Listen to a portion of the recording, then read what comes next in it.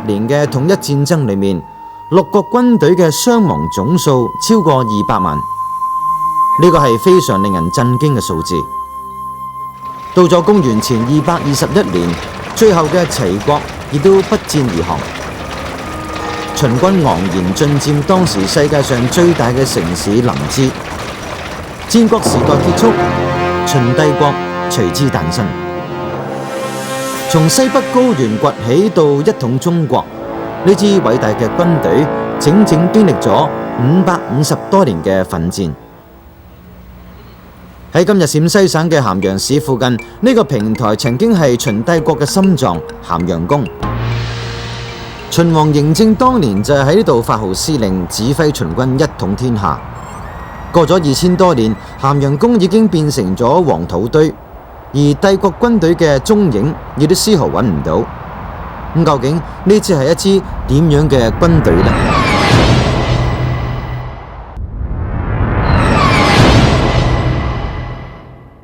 史學家司馬遷所寫嘅《史記》記錄咗秦軍喺幾百年間發動一次又一次嘅戰爭，但係對於戰爭嘅具體細節同埋過程呢，所寫嘅就唔多嘅。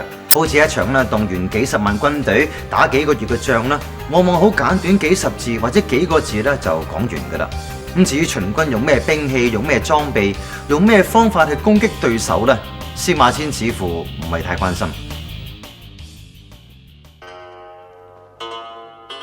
公元前260年，秦軍同趙軍喺長平決戰，戰爭持續咗整整2年嘅時間。司馬遷寫到，當兩軍僵持又久攻不下嘅時候，秦軍於是出動咗一隊25000人嘅軍隊，將趙軍一分為二。呢支出奇制勝嘅部隊究竟係點樣作戰？司馬遷並冇詳細講明。喺趙軍被分隔嘅同時，秦軍派出一隊5000人嘅騎兵部隊，切斷咗趙軍嘅糧草。喺呢度又令大家疑惑，秦軍嘅騎兵係點樣嘅呢？而後嚟秦軍派出嘅一隊輕兵部隊衝擊趙軍，呢度所謂嘅輕兵又係咪有超乎尋常嘅攻擊力，令秦軍輕易打敗趙軍？而呢個輕字又點樣解釋呢？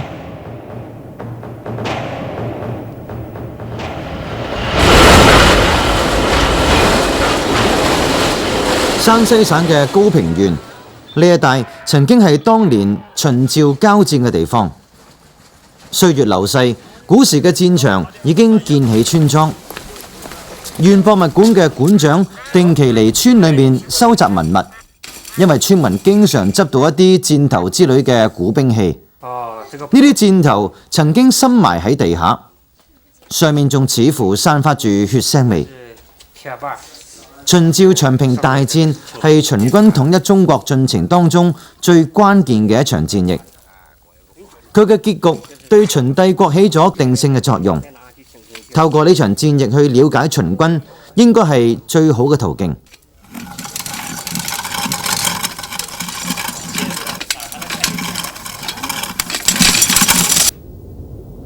根據司馬遷記載，就係喺呢個山谷，秦軍曾經投入60萬左右嘅兵力。長平足足距離秦國嘅都城咸陽有接近500公里咁遠。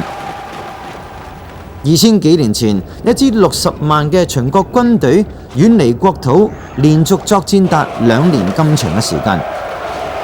而呢場戰役令到今日嘅軍事專家都好費解，因為以當時嘅條件，秦軍嘅後勤供應幾乎係一個冇可能完成嘅任務。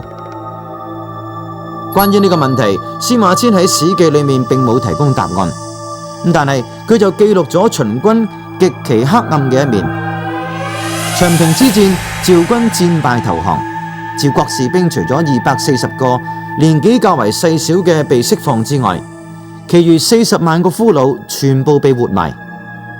整個戰役死喺長平嘅趙軍數目達到45萬人。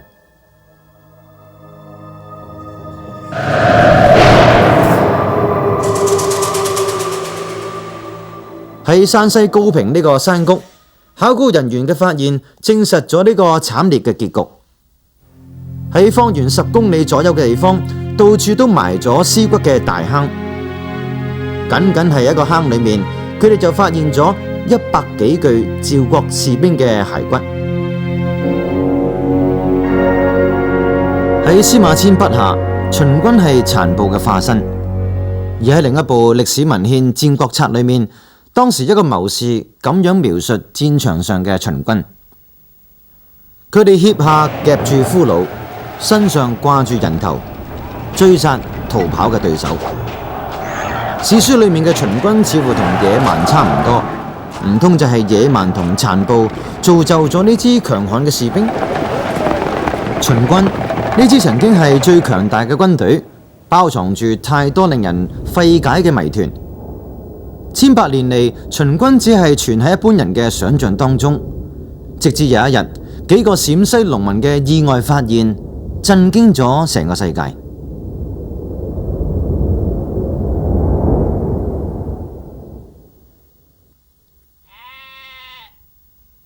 1974年，陝西省臨潼縣嘅西洋村旱情嚴重，焦慮嘅村民希望地下水可以拯救佢哋已經枯咗嘅莊田。幾個村民於是揀喺一個石榴樹林裏面掘井。到咗3月份嘅一個黃昏，井水仲未掘到，但係就喺地下5至6米深嘅地方挖掘出一個真人一樣嘅陶土人頭。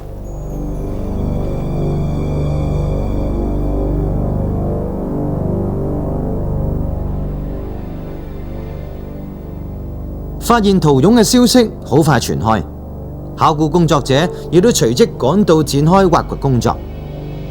經過不斷嘅挖掘，小小嘅井口變成巨大嘅土坑，真人一樣嘅陶俑不斷喺土層度出現。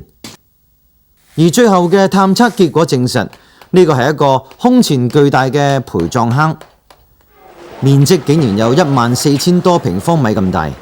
完全出乎所有人嘅意料之外。農民嘅無意發現，正好拉開咗20世紀最壯觀考古發現嘅序幕。喺陪葬坑裏面，呢啲武士雕塑原本應該係站立嘅姿態㗎，但係好明顯，佢哋曾經受過嚴重嘅破壞。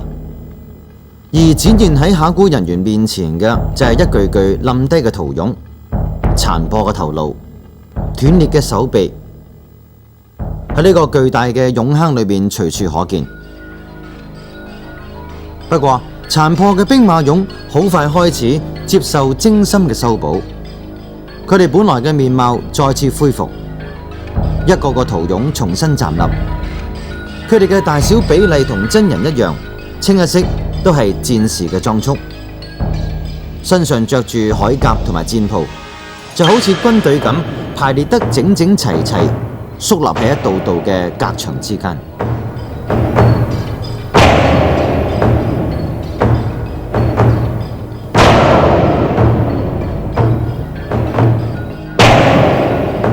除咗士兵，陪葬坑裏面仲有幾百匹戰馬，佢哋昂首鮮明嘅狀態，令人聯想到雷霆萬鈞嘅戰場。喺戰馬嘅旁邊，古代戰車嘅痕跡睇得好清楚。木製嘅戰車雖然已經完全腐爛，但係依然可以睇到車體嘅輪廓。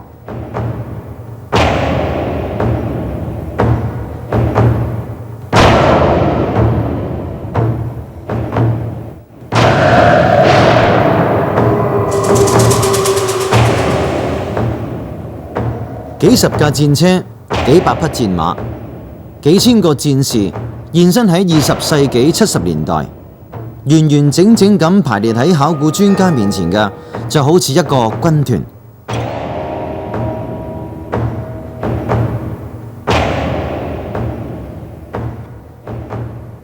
關於呢個俑坑，佢哋係邊個人嘅軍隊呢？而呢個陪葬坑嘅主人又係邊個呢？喺史書度並冇任何記載，亦都冇任何傳說透露過絲毫嘅線索。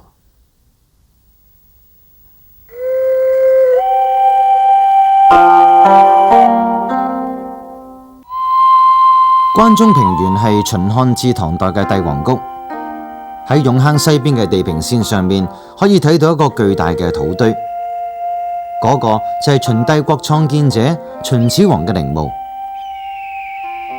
而喺陵墓附近嘅一個土坑，因為周圍並冇其他帝王嘅墓葬，咁專家推斷佢應該係屬於始皇陵嘅一個陪葬坑。咁但係呢個推斷又啱唔啱呢？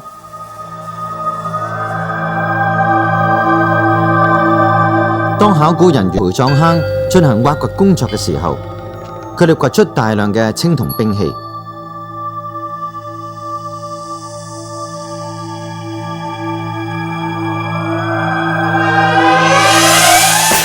喺呢啲兵器上面發現到一啲文字，喺呢個矛頭上面所刻嘅文字同今日嘅漢字字公非常相似。史書記載，字公就係秦始皇所設立，專門負責生產兵器嘅國家機構。喺呢支戈上面，專家又揾到更加確鑿嘅證據。喺戈嘅右邊所刻嘅文字係5年相邦，呂不韋造。大家知道呂不韋係秦始皇嘅丞相，咁亦都證明咗呢個的確就係秦始皇嘅陪葬坑。秦始皇兵馬俑嘅重要發現，令人震撼嘅程度咧，實在係難以形容嘅。咁而呢支背景神秘、消失咗2000幾年嘅無敵軍隊，佢哋嘅影像呢，一下子又重現翻，一連串嘅疑團呢，似乎可以揾到答案噶啦。下星期再見。